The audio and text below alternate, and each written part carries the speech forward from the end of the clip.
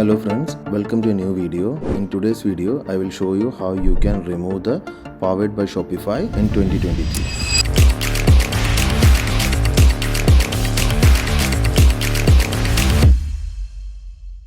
So for that, you can go to Shopify admin panel. From here, you can go to online store.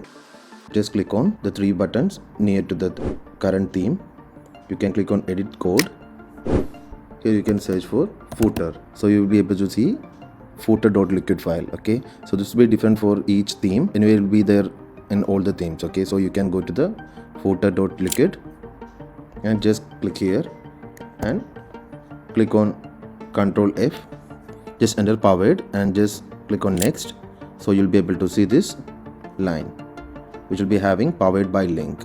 Okay, and what you need to do is you need to just select this line within this tag and just remove it and save. You have to be very careful when you are removing the code.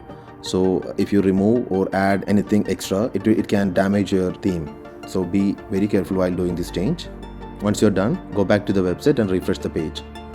Now you can see that the Powered by Shopify link, it's gone. So this is how you can remove the Powered by Shopify link from your Shopify theme in 2023. Thanks for watching.